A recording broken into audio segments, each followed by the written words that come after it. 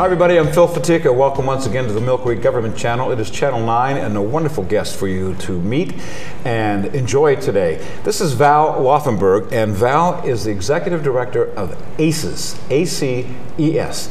That's an acronym that I bet you know what it stands for. And it stands for Americans for the Competitive Enterprise System. And you have been around a few years. Yes. Not you, but the organization. ACES was chartered in Erie in 1956. Oh, I wasn't even born. I know you weren't either. Nope. Okay. Well, obvious question is, what is ACES, the Americans for Competitive Enterprise System? Well, we're a nonprofit 501c3, and our mission is to promote free enterprise and economic education, and we do that through partnerships between the business and education communities. So I bet you, as I read over my notes here, you're the people that go into the schools, mostly high schools, is that correct? Yes. Or exclusively high schools? For our Business Week program, exclusively high schools. And you've been doing this for some time, and the purpose of you taking your message into the schools is to do what? We want students to be able to understand how our American economy works. And we do that through a business simulation where they actually get to run their own simulated company. And do they get to choose their make-believe company, or do you give them a set of templates and say, here's what you get, and you get the oil, and you get the gas, and you get the technology? How does that work? Well, the computer simulation we use is a manufacturing simulation. And we choose products for each time we do a program, kind of by a blind pick. But we use products that students are familiar with, like cell phones and cameras, et cetera, that they can use their imagination as far as what kind of features they think should be on that product. A real hands-on experience without actually losing money. Correct. Yeah, possibly losing money. And now, some do. Yes. In the simulation, And your reach is quite extensive, and you not only cover Erie County, but the other counties you cover? We are in Warren, Crawford, Mercer, and Lawrence, in addition to Erie. A lot of people there watching this saying, well, how can I get you to come to my school? And are you open for that? And tell us your phone number, your website, how they contact you, et cetera, et cetera. We certainly are interested in expanding our reach. It does take a very forward-thinking school district to ask us to come in. Really? And because we have the students for one whole week that they're not taking any other courses. We have them from morning to afternoon. Wow. So that means that they're suspending classes for a week for one grade level, and normally that is the junior grade. But that's a wonderful opportunity. I mean, you hear so much Mark Zuckerberg just did this on a computer and created Facebook, or Twitter today is just, wow, especially with the Olympics just finishing. Yes. Everybody is on Twitter, everybody's on Facebook, and I'm just going to make $18 gazillion when I start my business because we hope to inspire those entrepreneurs. Absolutely. So, you go in there, and what do the kids find out that's not the good stuff about running a business, owning a business, putting their own money into it, going to getting a loan, finding out who they can hire, all of the A, B, C, D, E, F, G, and then 1, 2, 3, 4, 5. You got an hour and a half.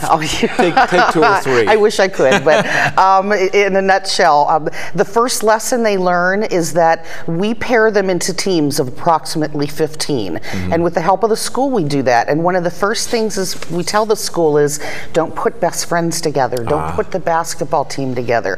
So their first lesson is you can't choose who you work with, but you have to be able to get along and work successfully on a team in order to be successful in a company. And don't hire your relatives if you have a business, because you may have to not hire them a whole lot more longer. Correct. And they learn through the course of the week that businesses have to react to whatever the economic situation out there is.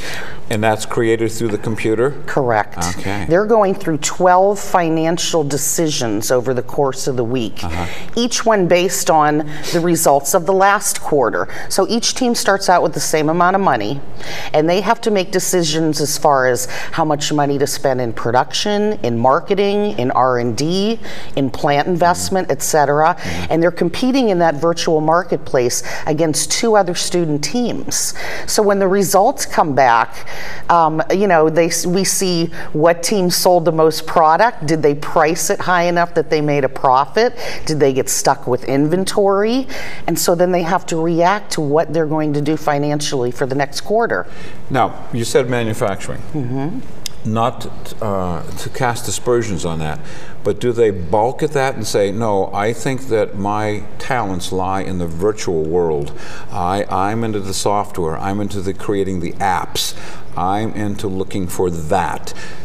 Do you draw a distinction between the manufacturing where you have to have perhaps a bricks and mortar building that you have to take care of, et cetera? Again, a 5-year question you got all the time. Go ahead. Well, the simulation we use, yes, is manufacturing, and we feel that it's the simplest way because of that bricks and mortar, and you're making a product for them to experience and understand how business operates.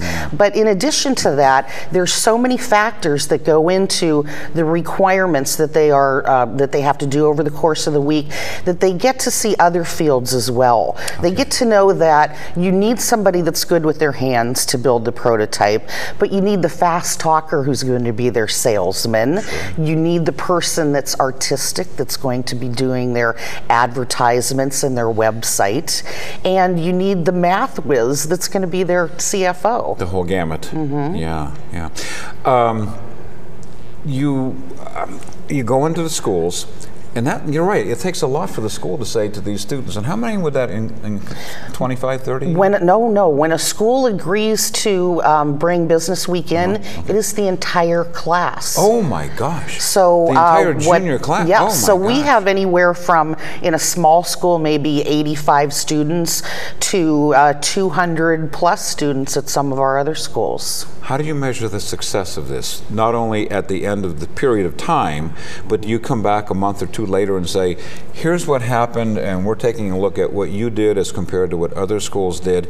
And, double-barreled question here, do you come back, do they give you feedback 2, 3 years later saying, I did this, I went into this because of what you showed me I could do? I have run into students that have given me feedback that said, I'm now in accounting in college because I realized that I enjoyed working with numbers, etc.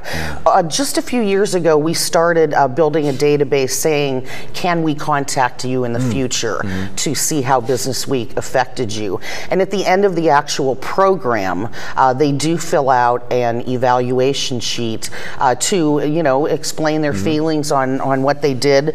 I know statistics are boring, so I'm only going to throw out 3 of their things. 90% of the students, and this is through the whole 16 years that we've been doing this program, said that Business Week raised their awareness of careers in the local community, in their local community. Oh, great. 97%, now these are high figures, said that they have a better understanding of the American economy after taking Business Week. And 100% of our volunteer business advisors that participate in the program say that any high school and every high school could benefit from this curriculum. I know you said you have one coming on board first time this year, large high school located in Erie. I'm not going to mention it, but that's a big coup to say we're going to give you 350 students or so, or maybe certainly 250 students. That's a big number. Let's broach the topic about the advisors. Yes. How do you get the people to come in, and who comes in? Can you name names? John Smith comes in and he makes widgets. Are you at liberty to mention? Or maybe even just companies. Northwest Savings Bank provides advisors for almost every one of our programs. We very much appreciate that. We have retired people from the SCORE group, Service Corps of Retired Executives, that participate. Then they're done that, and let me help you. tell you that Yes, this is not a good point. Exactly. A good way to do and it. a lot of times the advisors are connected with the school. Maybe they have a child who's going through the program, and they're, you know, the CFO of a company, and say, I want to participate. Chief Financial Officer, where the rubber meets the road. Right. Yeah, great. So I'm going to give up my classes, and I want to participate in this with the students. And the first thing that's going to happen is I want to be with you because I know you're good with numbers, but you said, well, that may not happen. How do you select who's going to be with whom? We try to take different talents, as far as we partner a business advisor with an educator advisor from the school. So maybe the educator advisor is the English or artistic one. We'll try to pair them with someone who's more of a business manager or financial, so that the students have the benefit of two different talents in the room with them. This is a lot of time to leave out of the chunk of the school year, a week. Are they graded on this then? They are not, although a lot of schools consider it part of a ongoing, you know, they have senior projects and what they've done to lead up to that. Kinds of things. Yes, correct. And also, but they don't get a grade, so to speak. But a lot of students list it on their college applications and in their resumes that they participated in Business Week. And I think that's going to be, a good thing. Again, though, it comes down to the Chief Financial Officer where the rubber meets the road. How are you funded? You don't go in there and go, we're good people, trust us, we're okay. It's been a difficult few years, but our funding comes totally from the business community. We don't get government funds. So when a school asks us to come in and do the program, they have to agree to work with us to raise those funds from the surrounding business community. And there's different levels that we ask for. You know, will you be a company sponsor? Will you sponsor one of the competitions? Etc. So, you know, there's all different kinds of levels for that financial support as well. I think you've addressed this, but I'd like to expand it. Why is this type of education so important, especially at that high school age? Because they're broaching that I'm never going to be a senior and graduating, I'm going to sleep all day, I don't have to work, mom and dad will give me money, or I can't wait to get out of high school and get out of this town and go make my fame and fortune somewhere out west or in the south, which is the hot markets. But at this age, why is that so important? Well, juniors specifically, they're starting to think about colleges and what they or technical schools, etc., higher education, what they want to do with their lives, what they're going to train for, and this gives them a good broad wide range spectrum of the different kinds of career opportunities out there. I don't want this question to sound at the least bit sexist, but do the women take over the projects? I mean, what happens with the alpha male, alpha female in the group? What happens? It's very interesting. The teams elect a CEO themselves. And I would say that, you know, women are running neck and neck as far as CEOs go, especially when you get to the junior and senior level of high school. Girls are much more authoritative in themselves then than they are in the, you know, the lower grades. So they're more confident in their abilities, and I probably think it's about a 40-60 split between women and men as far as the CEO goes. And when they are involved in manufacturing, what are they making, selling? There, as I said, it was a blind pick at the beginning of the week as far as different products that we... Can you be specific? Cell phones, cameras, let's see, backpacks actually is one, PDAs, things that, like I said, they're familiar with. It's within their radar. Yes. Right. Okay. And there's just so many great questions here. You touched on it, but they learn so much about the cooperation and you just can't. You're not going to necessarily bust out of this with there's a whole lot of people that are going to help you. Can you touch on that again? That you just learn about this. Yeah, go ahead. Yeah. The students, in addition to that business knowledge, first of all, it's helping them to understand what's going to be expected of them out in the workforce. You have to come to work on time every day. You have to come to work and be on time. Yeah. And every day. Showing up is part of the game. Because there's a lot of work that we throw at them during the week that they've got to, now, what happens that they've got to work. And if somebody doesn't show I up. don't want to come to this class, it's boring, it's stupid, I don't like this, I'm blowing the week off, buddy, thank you, goodbye, I'll get a doctor's excuse, I'm sick. Little bit of peer pressure there because the kids are now stuck with somebody who didn't show up for work. And they've got to take over for them. Do they have to suffer the recriminations? Can they be docked in pay, or I'm sorry, I can't stick up for you in the larger picture because you just abrogated your responsibilities to the group? Well, I'll tell you that there is a lower percentage of absenteeism during business week than during the regular school day, school year. Because it's really something that they're doing themselves. We don't tell them what to do or how to run their company. We give them the guidelines of, you know, how things work, but then they're the ones making the decisions. And it's so exciting to them because it's a competition. They're competing against those other student teams, so they want to win. Do they then, at the end of the week, there's a timeline, the clock's ticking, you've got to produce something. Do they have to defend what it is they did or present it to the whole group? I mean, you have a big assembly and say, this is what we did. You made $18 zillion and you lost $13 billion because you do that. We do. We have competitions. That's hard. We have competitions on Friday. Well, you know, and we invite local business people to come in as competition judges. And there's 4 competitions that take place. One is the computer simulation, which doesn't have to be judged, it's just whoever won made the most money over those 12 financial quarters. The next competition is the advertising and marketing competition. So we ask marketing people to come in as judges, and the students have to explain their target audience, what their marketing strategy is, present billboard, television and radio ads, etc. So that's the second competition. The third is the stockholders competition. This is where they sweat bullets. They have, in 1 week, we teach them how to present a 2-year comparative income statement and balance sheet. Based on the numbers from the computer simulation. This is great real life experience. This is the real world. And they have to stand in front of bankers, volunteer financial people, and explain their business strategy and how they ran their company and what happened.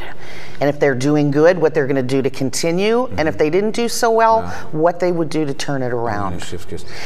One more competition. Sorry. I'm sorry. Trade show. Trade show. They have to actually build a prototype out of cardboard and masking tape and markers, etc. So it's more of a concept design than an actual product.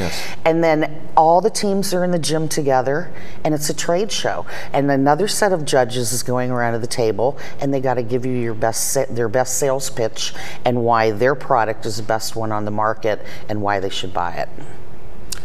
Wow, that's, you've got it all covered because you're going to have a very captive audience when they're actually doing that. And I'm happy to hear you say that the attendance or the absenteeism drops because you're disappointing the team by not showing up. Correct. And it's fun while they're learning. It would be fun. I wish I would have had that opportunity to do that when I was in school. I don't believe that was.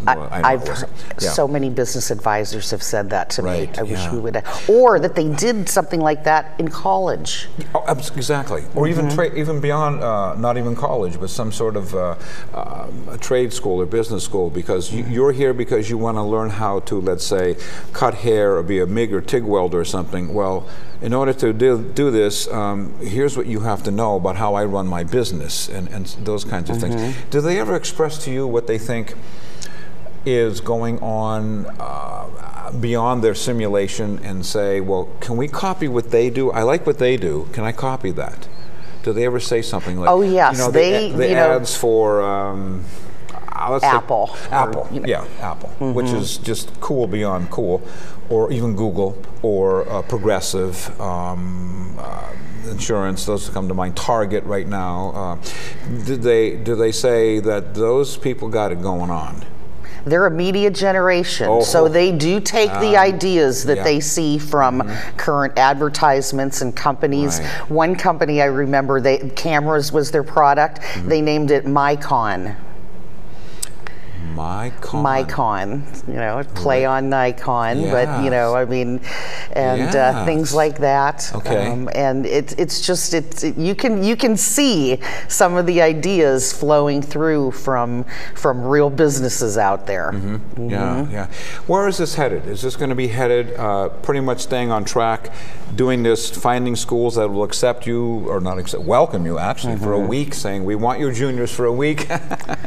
Don't worry, we'll give them back to you and they won't be damaged. In fact, they're going to come back to you being very savvy people about how the business world works beyond high school. Correct, and it's showing the kids how those classes, those courses that they're taking in school relate to how they're going to use it out in the business world. And yes, we're looking to expand. We would love to speak to any school district that would be interested in the program. Great. How do they contact you? Our website is ACESErie.org. ACES. Yes, okay. ERIE.org. And our phone number is 814-456-7007. Sounds absolutely terrific. I know that you've had much success in the past, and I know you're going to have a lot of success coming up. I want to go back to, again, the media generation that sees that their lives are in their cell phones and their iPads. Apple has captured that coolness, certainly. But do any of them ever say, I'd like to build locomotives? You know, I really want to build cars. I want to sell cars. Yes. And I think that's incredibly where I think my talents lie. Do they ever express a desire to say, I want to own the business? Yes, and they do. I had one young gentleman who was kind of a little hesitant to get involved, and he said, I just want to be a mechanic. I just want to work on cars. And I said to him, well, do you think you might ever want to own your own shop? He thought about that for a while, and he said, well, yeah. I said, don't you think you need to learn how to manage your finances and things like that? And so, you know, they come around that way, and it's just amazing to see the transformation of them from the beginning of the week to the end. And the best thing that I get so excited about hearing is when a teacher says to me, I never would have thought it of that one. Yes, yeah, isn't that amazing? Yes.